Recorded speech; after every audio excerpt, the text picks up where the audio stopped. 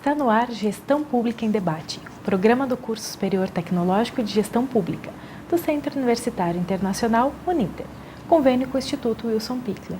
Este programa complementa a formação dos nossos alunos de gestão pública nas modalidades presencial e à distância. Também é transmitido pela CWB-TV, TV Comunitária de Curitiba, canal 5 da NET, 72 da TVA. Também pode ser acessado por todas as pessoas que possuem parabólica digital, através dos canais da rede EdSat, os canais de educação. No programa de hoje vamos debater sobre o projeto Música para Todos. Para isso convidamos a Inês Vargas Pelanda e o Sr. José Maria Magalhães da Silva. A Inês é coordenadora, e o José Maria é idealizador deste programa. Sejam bem-vindas. Obrigada. José Maria, conte para a gente como que surgiu a ideia desse projeto.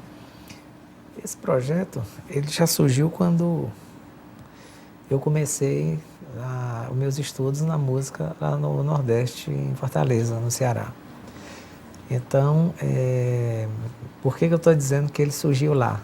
Porque eu sou fruto de um projeto desse. E as condições não eram muito favoráveis para ter um estudo de música erudita no Nordeste, vindo de uma família simples.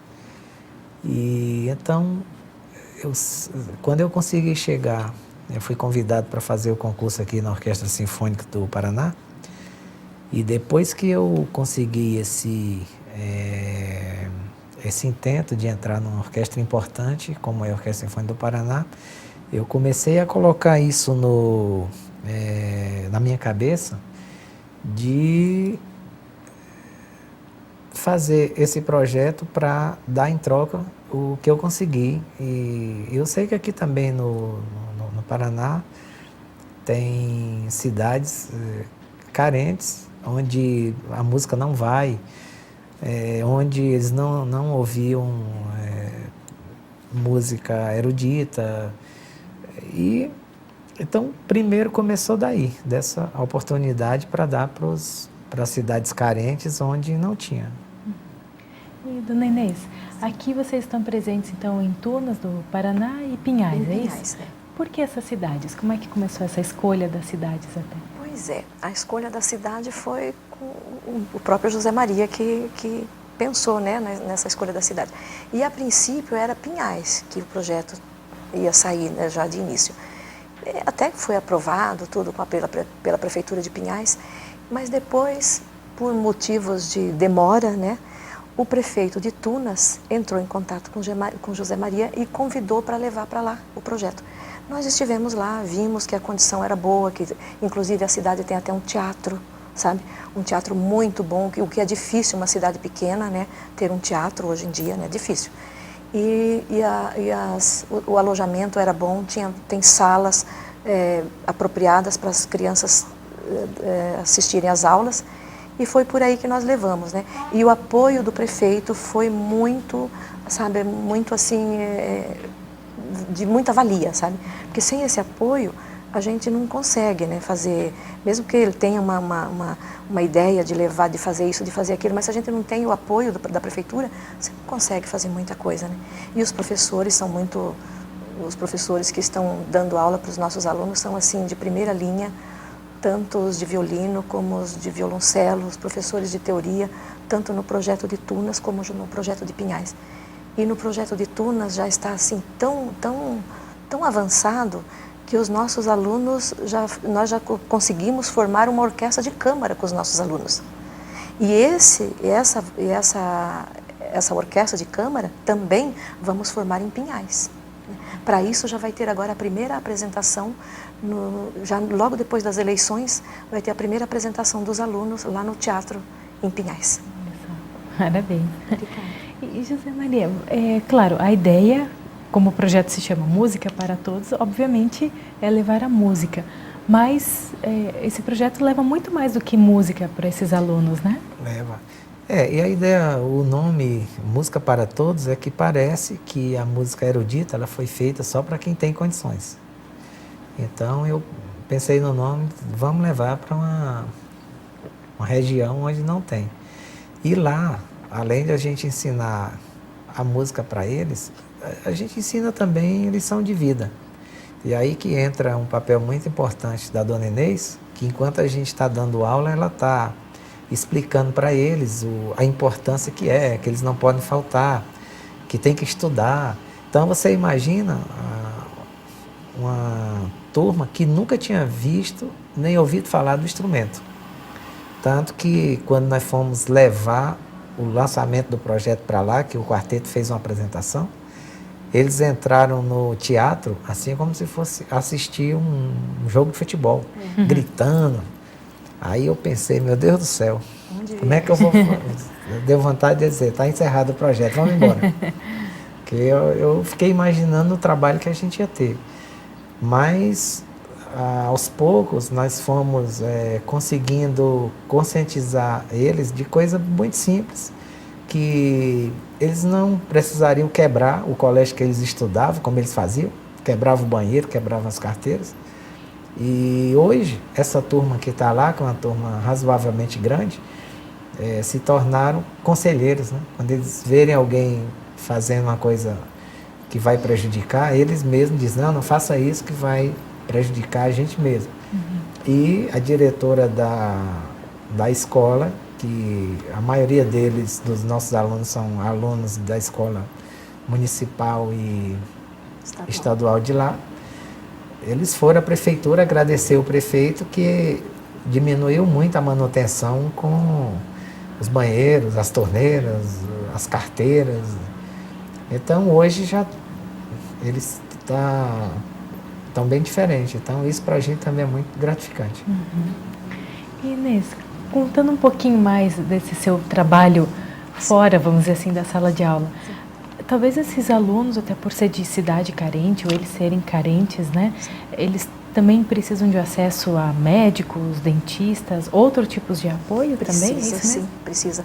Isso eu vejo lá, sabe? Criança que está com um dente com uma cárie, criança que está com mancha na pele, sabe? Isso a gente encaminha pro médico. Quantas e quantas crianças que eram anêmicas e que hoje fizeram tratamento e já não tem mais essa anemia, entendeu? Quantas e quantas crianças que não tinha problema assim de comportamento e hoje não tem mais, como o Zé Maria disse, eles são assim exemplo para os outros, exemplo.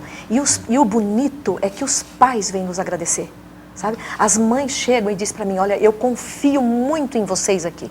Isso aqui é a melhor coisa que pode ter acontecido na nossa cidade, sabe? Eu agradeço a vocês. Às vezes até você percebe lágrima nos olhos das mães e dos pais, sabe? E os nossos alunos também agora têm uma bolsa de estudos. Eles vão lá na aula com uma garra, sabe? Porque agora eles recebem um dinheirinho deles. Os nossos patrocinadores são tão assim, como é que se diz? São tão inteligentes que eles perceberam a importância das crianças terem uma bolsa de estudo, sabe? Então eles ficam felizes porque eles já podem, e os pais que vêm receber, a bolsa de estudo uma vez por mês. Eu oriento a cada um deles que é bom fazer uma poupança no nome do aluno para futuramente, quando precisar, e depois para, claro, as necessidades da família e do próprio aluno, né? Mas olha, eles são assim maravilhosos. As crianças, olha, eu tenho dois filhos que moram no exterior. Eles não perdem nada dos alunos lá da Europa. Os nossos alunos. Eles são fantásticos. Minha filha veio agora para fazer um trabalho aqui no Brasil. Ela é violinista, né? Inclusive participante do quarteto durante mais de 10 anos. Ela foi fazer masterclass em Tunas do Paraná. Ela ficou encantada com os alunos. Ela dá aula lá também, ela ficou encantada. Olha, mamãe, os alunos estão de parabéns. Eles são mesmo, fantásticos. E os professores nossos são tudo de bom, né, que eles podem receber, e eles agradecem também por isso. Legal, ou seja, é uma oportunidade não só para os alunos, mas também para as pessoas que trabalham com isso. Né? Exato, é gratificante. A gente vai para Tunas do Paraná e vai para Pinhais com uma alegria muito grande, entendeu? Uma alegria muito grande, não é, José Maria? É uma alegria, assim, sabe, que você não dá para explicar, sabe? Eu já depois às vezes as pessoas dizem, pô, a senhora já está com seus filhos todos formados, todos fora, podia descansar agora. Não, eu amo fazer isso, eu amo. E como é que nós poderíamos até deixar de exemplo para, de repente, um prefeito ou até mesmo uma secretaria de cultura, alguém que tem interesse em ter esse tipo de projeto, como que funcionaria? Esse tipo de projeto,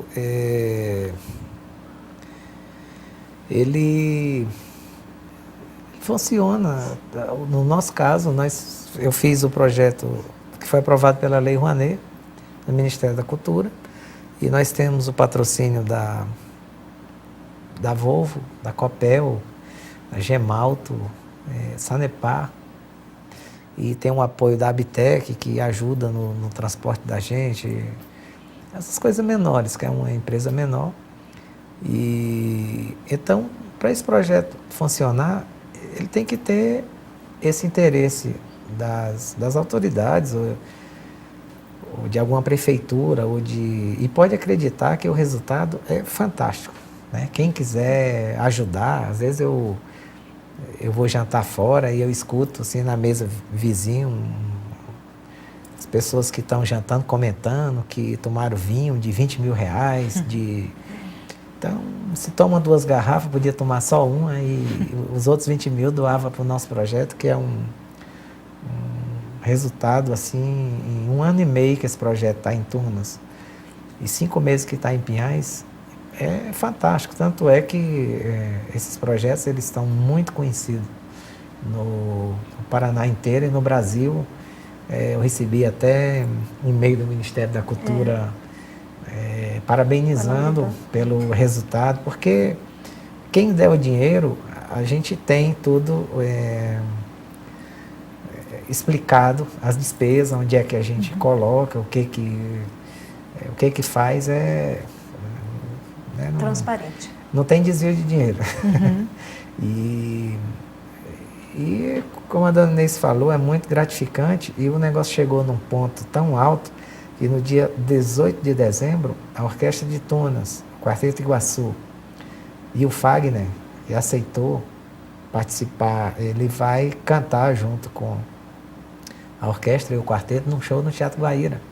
Então você imagina, os meninos já estão nervosos. Eu tenho uma aluna lá de viola que ela diz: professor, eu não vou conseguir tocar no Guaíra. Então a gente leva, o prefeito dá o ônibus, tanto os de Pinhais como os de Tunas, eles vêm de lá para assistir a Sinfônica tocar, assistir balé. E teve uma que quando entrou no Guaíra ficou tão emocionado que quase desmaiou. Eu estou aqui no Guaíra. Imagine tocar Quer lá, dizer, né? E agora que ela sabe que vai tocar, ela já fica tremendo quando ela toca. Diz: olha, pode ficar tranquilo. E então, como foi falado aqui, além de tudo que a gente ensina para eles, a gente dá essa assistência médica, odontológica, e dá uma bolsa. Cada um, além de ganhar o instrumento e ter aula com professores de primeiríssima qualidade, eles têm uma bolsa de R$250 por mês. Por que dessa bolsa? Porque nós trabalhamos em regiões assim, de risco e de poder aquisitivo muito baixo. Então, eles começam a trabalhar muito cedo. E para não ter essa evasão do projeto, de repente a gente monta a orquestra, quando o menino completa 15 anos tem que deixar porque tem que trabalhar. Isso é uma realidade, tanto em Tunas como em Pinhais. E então essa bolsa vai garantir, porque a ideia é profissionalizar esses meninos. A gente vai acompanhar até o final.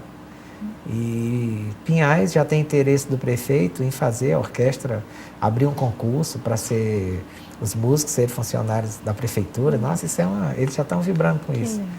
E Pinhais também, e Tunas também, a gente está tentando. A prefeitura é mais pobre. E eu queria pedir aqui os patrocinadores, aumentem o patrocínio, que a gente precisa. Com certeza. Acredite que vale a pena. Né? Inclusive, então, até vou mostrar um pouquinho aqui do projeto, né? Pedir para colocarem ali o site do Quarteto Iguaçu, né? E também tem um vídeo mostrando um pouquinho ali sobre o projeto, né?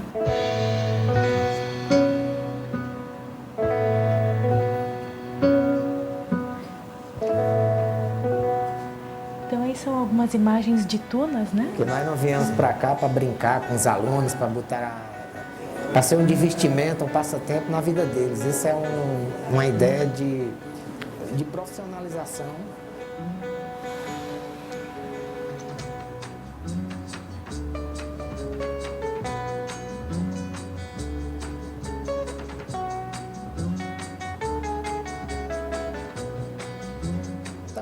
mesmo que alguns desses meninos não sigam a profissão, eles vão ter acesso a uma cultura diferente que, com 2 meses e meio de projeto que nós estamos executando, nós já vimos a mudança no comportamento deles.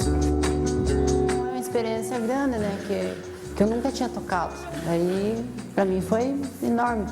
Mudou muito a minha vida depois disso. Poder alegrar, assim, as pessoas, né, que às vezes andam muito tristes. Ter um futuro que nem mesmo eles pensariam em ter.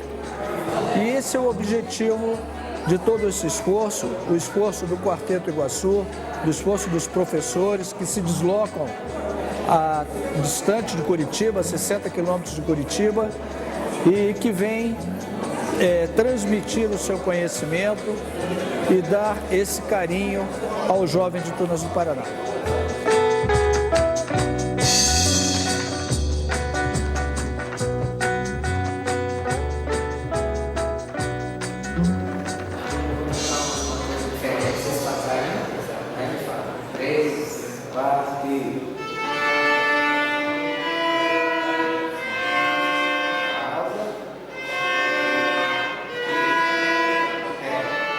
Eu vejo em muitos alunos assim o meu passado.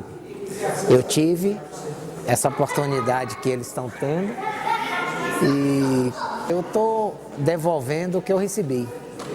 E quero assim que eles consigam até chegar mais longe de onde eu cheguei.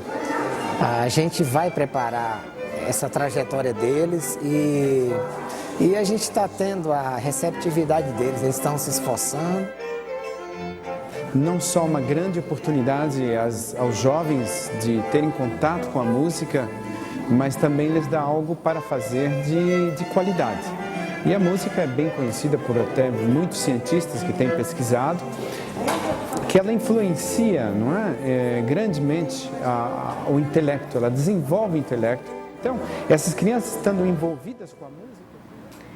Bom, deixar para o pessoal também assistir em outros momentos, podem acessar o site, né, para conhecer mais informações. E, dona Inês, conta um pouquinho para a gente sobre as oficinas. O que acontece nessas oficinas? Essas oficinas são dando aula de teoria musical, onde eles aprendem a ler a partitura, onde eles aprendem as notinhas musicais, porque eles ficam assim com medo, porque para eles é um bicho de 7 cabeças aquilo, né? Então, aí quando eles começam a aprender, eles veem que não é, né? Que não é nada daquilo. Eles têm aula de teoria musical, depois tem aula de instrumento, né? Todos os sábados, isso nós começamos às 9 horas em Tunas e vamos até às 5 da tarde, sendo que das 4 às 5, 5h15, a gente faz o ensaio da orquestra, todo sábado, né? Porque tem que ter o ensaio da orquestra. E eles são assim tão aplicados que eles já foram convidados em janeiro desse ano, né? Convidados pelo nosso maestro da Orquestra Sinfônica do Paraná, Oswaldo Ferreira, o atual maestro, a participar da oficina de música em Curitiba. Sabe? E aí, com o apoio da professora Mônica Rischbitter, que é a diretora do Teatro Guaíra, que conseguiu para mim alojamento no hotel para eles, né? Conseguiu a isenção da matrícula para cada um deles. Eu fiquei responsável por cuidar de cada um deles o tempo integral, desde a hora que eles chegavam, desde a hora que eles acordavam até a hora de dormir, sabe? Assim, monitorando todos. E foi assim uma maravilha. Eles fizeram aula com professores internacionais, com professores... Eles ficaram assim, sabe? Teve um grande aproveitamento, já na oficina de música, de janeiro. Olha só. Você vê como que eles são aplicados, né? Com certeza. José Maria, eu queria que você reforçasse um pouquinho mais, assim, não só para as empresas ou para as pessoas que querem apoiar esse projeto, ou até mesmo alguém em outra cidade, em outro lugar do Brasil que esteja assistindo esse programa, se ela quiser iniciar um projeto, vai atrás, por exemplo, dessas leis de incentivo à cultura, busca primeiro uma prefeitura, qual seria um passo a passo inicial para ter um projeto como esse na sua cidade? O primeiro passo, quando o interesse não parte da prefeitura, que você vai procurar, a prefeitura, a resposta, ela diz logo que não tem dinheiro. Eu passei 10 anos atrás das prefeituras, o que eu recebi era isso. Que não tinha dinheiro, aí você via, você acompanhava a prefeitura aniversário da prefeitura, da cidade, aí contratava um show de uma dupla sertaneja, pagando uma fortuna, aí tinha. Então, quando não existe o interesse, não tem dinheiro. E a melhor maneira é você fazer o projeto através das leis de incentivo à cultura. E quando você chega com o projeto aprovado e com patrocínio, toda a prefeitura quer. Né? Então funciona assim. Aí primeiro você tem que ter a ideia. Até é interessante que esse nosso projeto ele deu um resultado tão grande que até incentivou outras prefeituras. Veio muito prefeito atrás de mim para fazer o projeto nas cidades. Eu não aceitei porque essas duas já tomam muito tempo. E como eu gosto de fazer as coisas sempre muito bem feitas, se eu aceitasse mais uma ou duas cidades, aí ia virar só ganhar dinheiro, aí não interessa. Né? A gente, lógico que todo mundo tem que ganhar, mas o resultado está dando porque a aplicação da gente é muito grande. A seleção de professor e os professores, a base lá é o Quarteto Iguaçu, que tem músicos de nível internacional. Nós fazemos concerto pelo Brasil, temos 5 CDs gravados. Então, sim, a gente está tendo esse resultado. Daqui a pouco nós vamos ter esses músicos das duas cidades, de Pinhais e de Tunas, ganhando concurso pelo Brasil. Que nós já estamos pensando, ano que vem, colocar esses meninos para fazer esses concursos que existem de instrumentista. Né? Então, é muito grande. É uma pena que a maioria dos prefeitos não acreditam nesse projeto, mas pode ter certeza, baixa muito. Nós conseguimos baixar oficialmente a violência em Tunas, no Paraná. A criminalidade? Foi baixado oficialmente, até números da prefeitura. Olha, interessante. Se é coincidência, foi depois que nós chegamos lá. Nunca tinha baixado, só subia. Então é isso aí. E, dona Inês, até nós temos aqui, né, a camiseta, até alguns folders, o próprio Sim. CD, né, do pessoal. Sim. Sempre que eles vão ter um concerto, eles utilizam como se fosse esse uniforme, Exatamente. Sempre que eles vão fazer um concerto no teatro, eles usam a camiseta com uniforme. Não só os alunos, mas os professores. Todos com uma camiseta do Quarteto Iguaçu, né, para eles fazerem a apresentação no teatro. E nós temos também os programas, né? O CD, o Zé Maria trouxe um aí do CD do quarteto. Esse aqui foi um concerto que o quarteto fez agora no mês passado. Nós conseguimos lotar o Guairinha. Então você vê como o projeto está deixando a gente famoso. E fantástico o concerto. Os alunos foram assistir, eles vieram assistir. Você vê a força de vontade deles. E como a dona Inês falou, a gente faz questão também de usar as camisas para mostrar a igualdade. Para não dizer que a gente é superior. Claro. Todo mundo. Todos iguais, né? Todos iguais, professores e alunos. Dona Inês, então, para a gente até encerrar, a senhora teria alguma última recomendação para os potenciais alunos ou até mesmo para os prefeitos e tudo mais, para que levem esse projeto para a sua cidade também? Tem. Para os potenciais alunos, eles têm que saber que música erudita não é só para filho de rico. Música erudita é feito para todos. Basta ter um incentivo e muita dedicação. Eles têm que estudar mesmo, porque se não estudar não vai a lugar nenhum, né? Mas isso aí não é só na música erudita, em qualquer profissão, você tem, qualquer trabalho, qualquer curso que você esteja fazendo, você tem que estudar, porque senão não vai para frente. E para os nossos patrocinadores, e para os nossos e os possíveis patrocinadores que virão, acreditem, porque é muito gratificante. É muito gratificante você ver aqueles jovens crescendo cada vez mais e tendo uma expectativa de vida muito melhor, coisa que eles nunca imaginavam na vida que eles pudessem, eles estão tendo, sabe? Essa expectativa de vida. E ver o carinho com que os pais trazem os seus filhos e vêm buscar também, sabe? É muito bonito de ver. Então é isso que eu quero dizer. Obrigada. Dona Inês, seu José Maria, agradeço pela participação de vocês, principalmente por essa iniciativa, esse trabalho desbravador. Espero que outras pessoas sigam o exemplo de vocês aí, Brasil afora. Né? E a gente volta daqui a pouquinho no próximo bloco.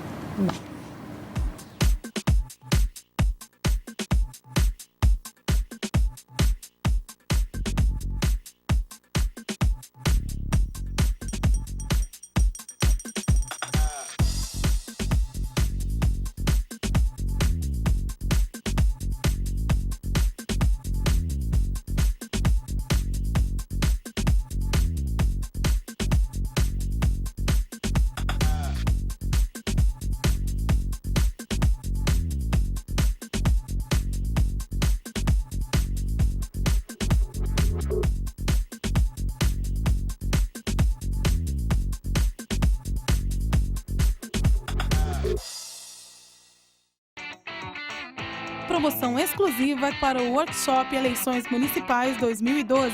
Durante os dias do evento, você tem 30% de desconto na compra de qualquer um desses kits. Gestão pública, políticas públicas, direito e contabilidade pública, gestão urbana e marketing político.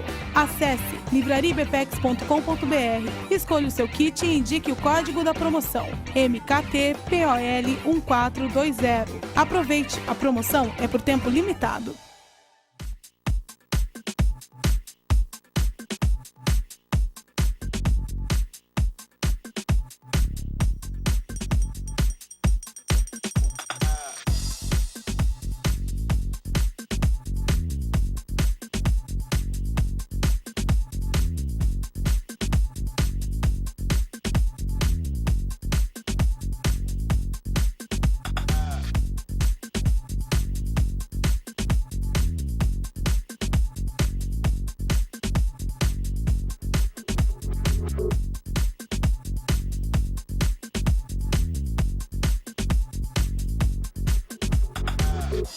Estamos de volta com Gestão Pública em Debate, programa do Curso Superior Tecnológico de Gestão Pública, do Centro Universitário Internacional Uninter, convênio com o Instituto Wilson Pickler. Este programa complementa a formação dos nossos alunos de Gestão Pública nas modalidades presencial e à distância, também transmitido pela CWB TV, TV Comunitária de Curitiba, canal 5 da NET, 72 da TVA. Também pode ser acessado por todas as pessoas que possuem parabólica digital, através dos canais da rede EdSat, os canais de educação. No programa de hoje vamos debater sobre marketing político. E para isso convidamos aqui o mestre especialista no assunto, né, professor Aquiles Batista, para falar não só sobre o seu livro, Marketing Político Eleitoral, mas comentar um pouquinho sobre tudo isso. Seja bem-vindo, professor. Eu que agradeço, muito bom, é uma honra estar participando do programa Gestão Pública em Debate. Já tive a oportunidade, em uma outra situação, de falar também sobre um outro assunto que estava em evidência no momento. E vamos falar bastante de marketing político eleitoral. Em primeiro lugar, conte um pouco para a gente o que o levou a escrever esse livro de marketing político eleitoral. Bom, professora Ana, foi mais ou menos assim. Na experiência como docente, eu comecei a perceber que os alunos tinham uma grande resistência em relação ao assunto política, quando eu falava de política em sala de aula, principalmente nas graduações. E quando se tratava de marketing, que era a disciplina específica lá, né, falando sobre campanhas, eles se empolgavam bastante. E quando eu conseguia colocar com cases, com estratégias, fazendo essa analogia entre o marketing e a política, eu comecei a perceber que ele tinha uma aceitação melhor.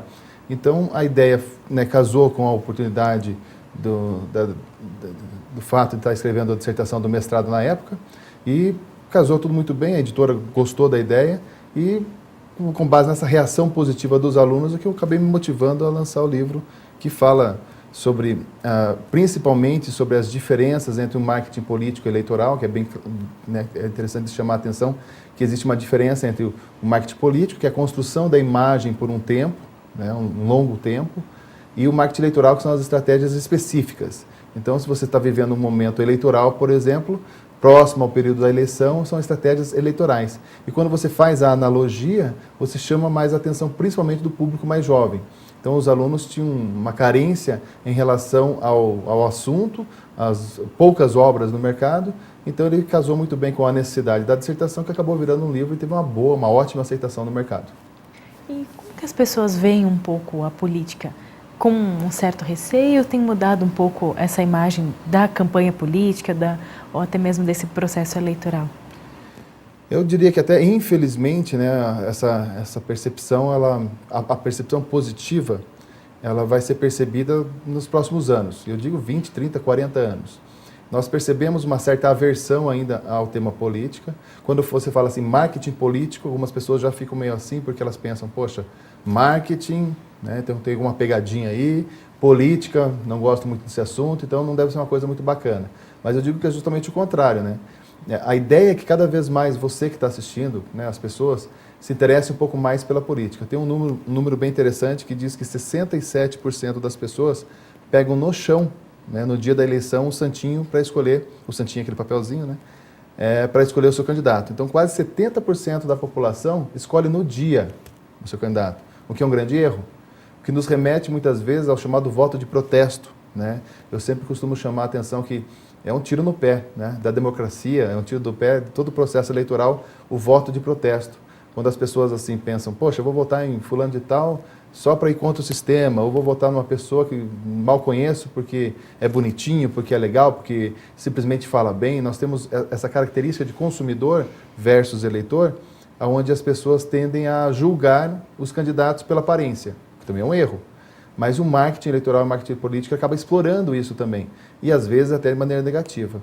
Nessa questão do voto de protesto, vale chamar a atenção, vou utilizar esse momento para, né, tentar conscientizar, e como um trabalho de formiguinha, já dizia o Chris Anderson, as formigas hoje têm megafones, né? Então hoje cada um pode ser um semeador de uma nova formação, no que diz respeito ao voto de protesto. Então o fato de votar em protesto, você pegar um candidato X, que recebe uma votação muito grande. Não vou citar nomes, mas, por exemplo, um candidato que não tem capacidade profissional ou política alguma, mas é muito conhecido. As pessoas votam, né, do tipo, vou votar só para ir contra o sistema. Essa pessoa acaba recebendo uma quantidade enorme de voto e, pela questão do quociente eleitoral, do voto na legenda, que é uma regra que existe nesse mercado eleitoral, ele acaba elegendo outros candidatos com o menor número de votos da sua coligação. Então, muitas vezes é um tiro no pé o voto de protesto, por quê? O cidadão que é eleito lá com 1 milhão e 500 mil votos, por exemplo, ele pode até ser um cara do bem, um cidadão, né, bem intencionado, mas é o voto de protesto. Mas a consequência do voto de protesto é acabar elegendo na mesma coligação dele alguns candidatos que não são tão interessantes assim, que fariam uma votação menor, já por ter uma situação, né, de carreira aí já prejudicada na imagem, né, por alguns erros no passado. Então, às vezes, a estratégia do voto de protesto acaba saindo um tiro no pé. Cerca de 40% do Congresso Nacional, ou seja, o Senado, né, e a Câmara dos Deputados, ele é composta, 36%, na verdade, de pessoas, de candidatos que são considerados voto de protesto. Então, é quase 40% de voto de protesto. Tem alguma coisa errada nesse comportamento do eleitor. Nós falamos muito em marketing, comportamento do consumidor. Aqui eu chamo a atenção para o comportamento do eleitor em si. Então, a falta de atenção, a falta de preocupação com a importância que é um pleito, né? Uma eleição, no caso. E uma outra dúvida que sempre paira, sempre existe essas discussões, é em relação ao voto branco, voto nulo. Às vezes a pessoa quer fazer um voto de protesto também, não elegendo alguém, ou votando nulo, votando branco.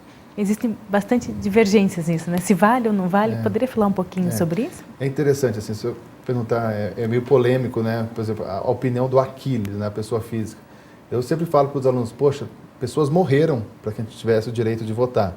Então, simplesmente houve um processo aí, um movimento muito grande, um esforço muito grande de vários segmentos da sociedade. Então, assim, se você pesquisar, você vai ver que não foi uma coisa que aconteceu do dia para a noite. Então, o direito de votar é uma coisa grandiosa, muito bacana para você chegar e simplesmente votar em branco, votar nulo.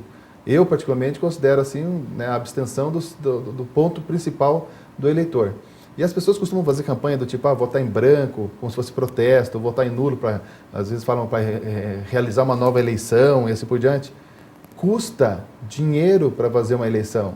Então, sai de novo um tiro no pé. Se você tiver uma nova eleição, digamos que aconteça de, né, ter uma quantidade X de votos brancos e nulos, aquela coisa toda, e tem que ter uma nova eleição. Você sabe quanto custa uma nova eleição? Quem que paga essa nova eleição?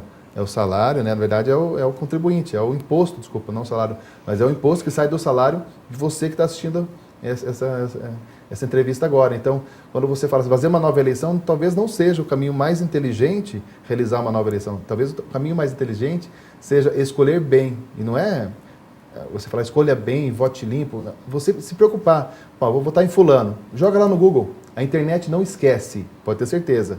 Joga no Google o nome da pessoa, pesquise quem é essa pessoa, julgue sim pelo que ela fez, né, porque é uma figura pública, e o candidato, o político, as pessoas tendem a endeusar, por exemplo, o político. O político ele é um funcionário público, né, ele tem essa função. E tem que ser respeitado, lógico, né, como uma autoridade eleita, representando uma parcela da população, mas ele não deixa de ser nunca um funcionário público. Então, se ele está querendo se posicionar como um produto nessa analogia público, vamos pesquisar sobre esse produto que nós vamos comprar. Produto que eu falo na analogia no livro, para ficar mais fácil no entendimento, né, das pessoas. Então, você tende a julgar assim, não, política é tudo igual, todo político é igual. Não, não são todos os políticos que são iguais. Pode ter uma parcela que comete algum tipo de deslize, mas tem o pessoal bem intencionado, né? Você nunca vai poder perder a esperança, né? Você tem que cuidar para não perder a esperança nesse sentido. Senão você acaba indo para essa margem dos 30%, 40% e beneficia somente os políticos, no caso, que são mal intencionados, no caso. E o que mais que as pessoas podem encontrar no livro? São essas analogias com um produto, mas também é um livro que serve para o candidato ou até mesmo para a população, para o eleitor ou é para o candidato? Qual é a foco? Na verdade, assim, ele tem um foco para o eleitor, então você que está assistindo agora como eleitor, você vai ler o livro lá, vai entender algumas estratégias, o candidato vai aprender com estratégias que já foram adotadas e deram certo, estratégias que não foram um sucesso tão grande. Um exemplo, né, nós vamos chamar assim, da estratégia de marketing de guerrilha, que são estratégias a custo baixo que tem um grande retorno financeiro no caso do marketing de produto. Mas no marketing político e eleitoral, o marketing de guerrilha é você ser criativo. Nós temos vários exemplos, um caso típico, né, em Curitiba, de um vereador que se elegeu gastando, na primeira eleição dele, apenas R$600, que é um custo muito baixo, pela quantidade de votos que ele fez, usando a criatividade. E esse vereador ele é citado no livro como um case de sucesso. Temos também, o livro também comporta ali candidatos, né, por exemplo, você sabia que o Silvio Santos foi candidato a presidente do Brasil? Né? Você sabia que muitas vezes você teve lá o Enéas como candidato a presidente do Brasil, ele quase foi para um segundo turno através de um bordão, um slogan, né? Que é meu nome é Enéas, todo mundo deve lembrar desse slogan que tinha. Então, era considerado o voto de protesto, mas nessa brincadeira do voto de protesto ele quase foi para o segundo turno. Então, se você pesquisar, você vai, na leitura do livro, você vai encontrar vários cases que auxiliam a definição do seu voto, para que o eleitor assista ali ao programa eleitoral e fale, olha, estão usando essa estratégia, olha o número desse candidato como é bom, as cores, o perfil. Então, o marketing político eleitoral nesse contexto mercadológico, publicitário, e para o candidato, para ele saber quais são essas ferramentas e quais as mídias que muitas vezes ele pode utilizar. Está muito em evidência agora, e o livro fala bastante sobre as novas mídias ou as redes sociais. Como que eu, candidato, devo me portar nas redes sociais? Eu vou criar um endereço de Twitter, até eu gostaria que vai aparecer para vocês na sequência ali o endereço do autor do Twitter, a gente pode trocar algumas informações em relação a isso, né? Então na sequência você pode anotar aí o endereço do Twitter, mas o Twitter é uma nova ferramenta onde você pode interagir com qualquer autor, qualquer professor, qualquer político, com quem você quiser. E muitas vezes os políticos não sabem utilizar essa ferramenta. O senador Cristóvão Buarque uma vez, ele tweetou, né? Um novo verbo aí. Ele postou lá no seu Twitter que colocar uma outra pessoa para tweetar é como você não ir ao teatro, pedir que uma pessoa vá no seu lugar no teatro. Então não é a mesma coisa, não tem o mesmo sabor. Então no caso da política, nós esperamos o quê? Confiança e credibilidade dos políticos. Se esse político coloca um assessor para postar as coisas que ele supostamente está vivendo naquele momento, já começa a pegar mal na sua imagem. Mas é lógico, você vai pensar, poxa, mas vamos imaginar um governador, um presidente, ele não tem tempo para postar. Tudo bem, ali do lado do Twitter vai aparecer via assessoria, ou seja, alguém está postando em nome do candidato ou do político. Quando for ele, no caso, ele posta. E com a mobilidade hoje, com os celulares, o acesso à internet, né, o mobile marketing, ou mobile marketing, como queiram, você tem ali um acesso muito grande nessa questão das postagens. Então, você vai encontrar governadores, senadores, deputados, vereadores que criaram no seu hábito, né, no seu dia a dia, o ato de postar uma foto, né, por exemplo, você pode estar aqui na entrevista agora, tirar uma foto e instantaneamente isso aparecer ali nas redes sociais. Então, eventos, quando você participa de algum tipo de reunião, quer postar uma informação interessante, algum projeto, Então esse seria um dos usos bem interessantes que o livro trata em relação às mídias tradicionais, logicamente, e as novas mídias que estão em evidência aí no mercado eleitoral. É legal que o livro ele faz esse parâmetro, essa síntese, e deixa bem didático, né? Ele é voltado exatamente para aquelas pessoas que têm uma certa aversão à política. Você começa a perceber que muitas coisas você pode resolver com um discernimento melhor em relação à leitura do livro, ao conteúdo, e você, candidato, pode utilizar para o bem, né, as ferramentas mercadológicas. Aquiles, esse é o seu 4º livro, é isso? Isso. Pode falar um pouquinho dos outros 3 e dos próximos 3? Com certeza. Então, é o seguinte, o primeiro livro foi um livro voltado para informática, gestão da informática para cursos de secretariado executivo.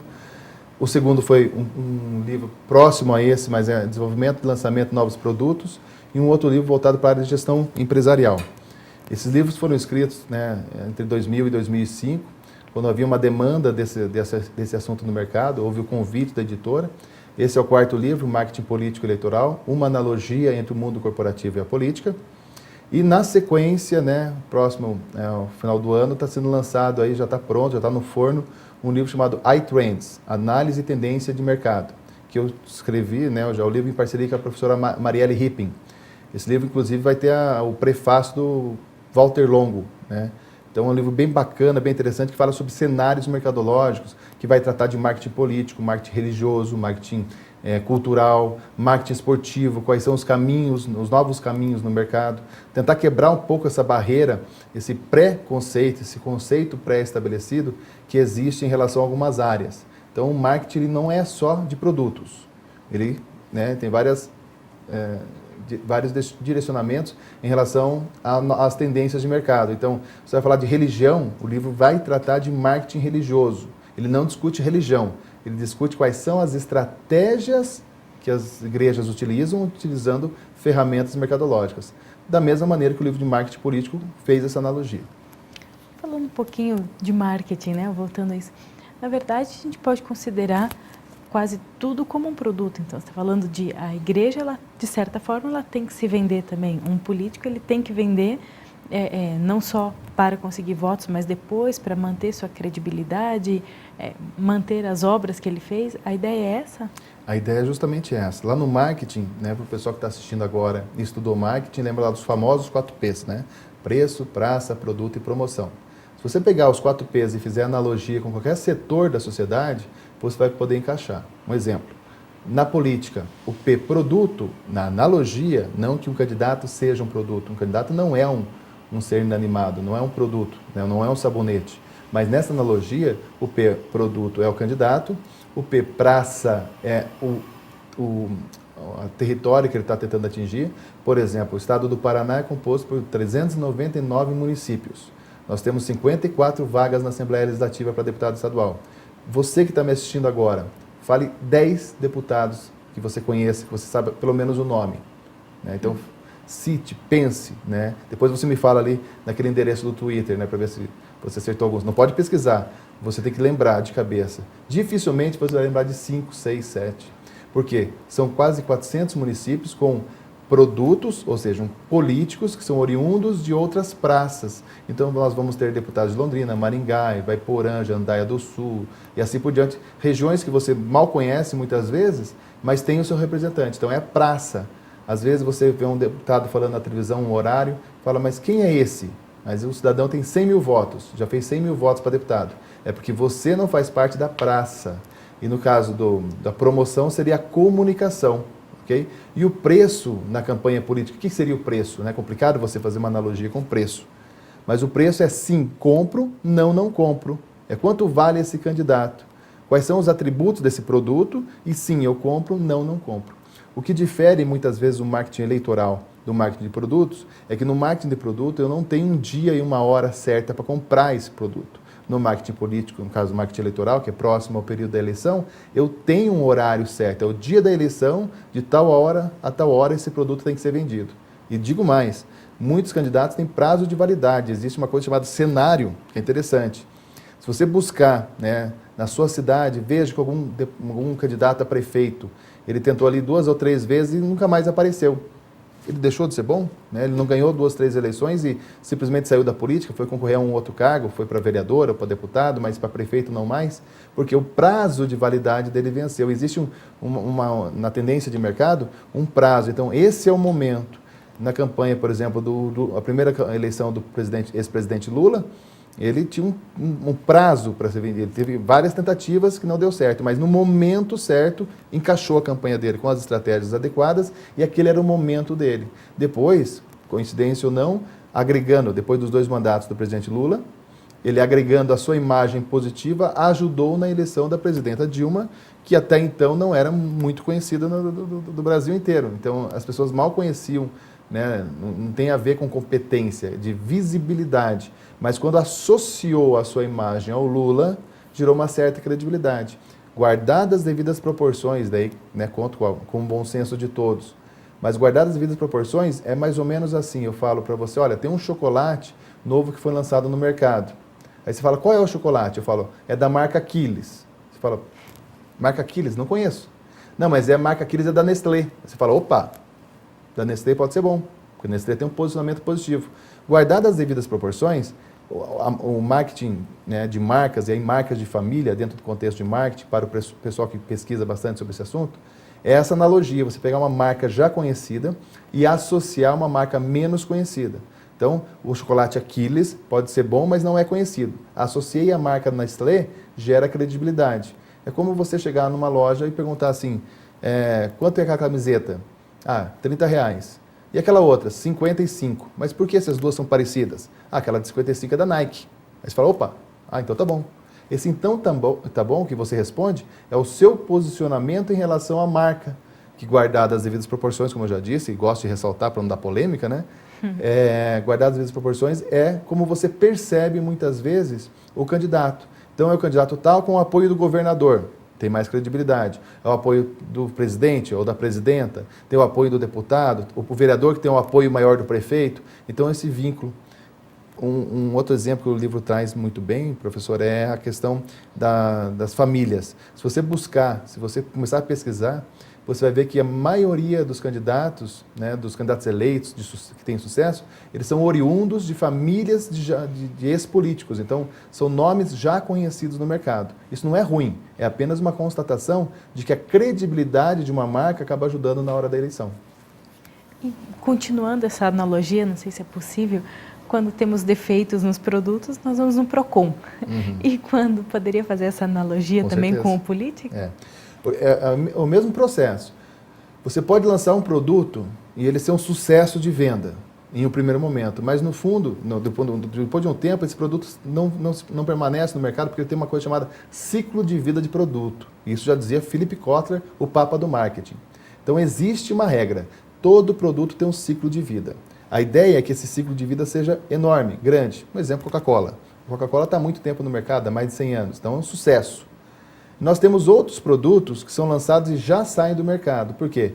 Muitas vezes, quando não é moda, é um produto que não obtém sucesso porque ele não é bom para o mercado. Então, às vezes, o marketing pode eleger um candidato que não seja tão bom, mas qual é a sua arma, né? No caso do PROCON, do consumo, a sua arma é não votar novamente nesse candidato. Então, é a lembrança, é o recall. O que é a lembrança, o recall? Em quem você votou na última eleição? Qual é o nome do cidadão? Beleza. Qual é o partido? Porque nós votamos no número. Será que é por isso que eles trocam de partidos? Antes trocavam sempre. Será que é essa a estratégia? Será que a estratégia de mudança de sigla de um partido, quando ele está meio, né, queimadinho no mercado, assim, ele muda a sigla para uma outra sigla, por exemplo? Será que essa seria uma estratégia? Pode ser, é uma estratégia mercadológica. Então, o que acontece? No caso do consumo de produtos, você procura o PROCON. No caso de um candidato que não atinge ali o objetivo, simplesmente não consuma mais. E outra, nós falamos, quando somos mal atendidos, nós falamos para mais pessoas do que quando somos bem atendidos. Vamos fazer isso, né, na eleição. Se você votou em um candidato e ele te decepcionou, você é um formador de opinião. E a partir de agora você vai ser um eleitor informado e você não vai repetir o erro da compra, no caso, desse candidato que já provou, né, que não tem sucesso no mercado. Então o ciclo de vida dele acaba sendo curto, ok? Professor Aquiles, infelizmente o nosso tempo é curtinho. Quero agradecer a sua presença, mas queria pedir então que você desse uma última recomendação para os nossos alunos, para quem está assistindo esse programa, não só de como votar corretamente, mas até mesmo para aqueles que são candidatos, o que eles poderiam fazer? Qual seria uma lição de casa para um e para outra? Para o eleitor, atenção, né? Para o eleitor, você tem uma arma fundamental, que é acesso à informação. Então, você viu um cidadão, alguém te pediu o voto, tudo bem, você não precisa discutir. Tem até um movimento agora de chutar cavalete, esse tipo de coisa. Eu não apoio de maneira alguma isso, porque você chutar cavalete é você ir contra a lei. Então, não é indo contra a lei, né? Tá explícito lá. Você não pode fazer isso, é vandalismo. O que você tem que fazer é denunciar junto ao TRE uma situação de irregularidade na questão da divulgação do candidato. Mas você, como eleitor, busque, né, maiores informações. Tire lá 10 minutos, 15 minutos do seu dia e joga no Google, pesquise, pergunte, né, fulano de tal, o que você acha dele, o que ele fez. E não fique só nas informações supérfluas. Ah, eu acho que ele tem cara disso ou daquilo. Não, pesquise, busque maiores informações. Vá, né, para o dia votar sabendo exatamente em quem você vai votar, para evitar de você pegar no chão, além de ser, né, bem feinho, né, jogar lixo no chão, jogar o santinho no chão, é uma coisa desagradável, contra a lei também, que acaba sendo fomentada pelo marketing eleitoral, porque simplesmente as pessoas pegam. No caso do político, a dica que eu posso dar é participar efetivamente das novas redes, as redes sociais, e ficar antenado, porque o consumidor, no caso, o eleitor, cada dia mais ele tem acesso à informação e as coisas estão mudando. Então, esse pensamento do antigo político, né, de usar a política como cabide de emprego ou benefícios pessoais, ele está com seus dias contados. Assim, talvez nos próximos 10 anos a gente veja alguma mudança, mas nos próximos 20, 30 anos, com certeza, vai estar totalmente extinto esse tipo de político. Então, é ficar esperto, ficar antenado que o cidadão, o eleitor, ele está com muito acesso à informação e está fazendo bom uso delas. E a última recomendação para o candidato? O candidato, como eu ressaltei, a questão dele utilizar muito bem as redes sociais. Então, como utilizar as redes sociais? Se fazer presente nas redes sociais de maneira adequada. Não simplesmente criar um perfil, né? No caso dos candidatos, criar uma fanpage. Não tem tempo de fomentar a informação na fanpage, contratar uma assessoria, um assessor de imprensa para ficar responsável em relação a isso. E para o candidato, mais uma vez, muita atenção que o eleitor, com esse acesso à informação, ele está cada vez mais sedento por mudanças e, efetivamente, senso de coletividade. Esse seria a principal dica para os candidatos. Sr. Aquiles, agradeço então mais uma vez a sua participação.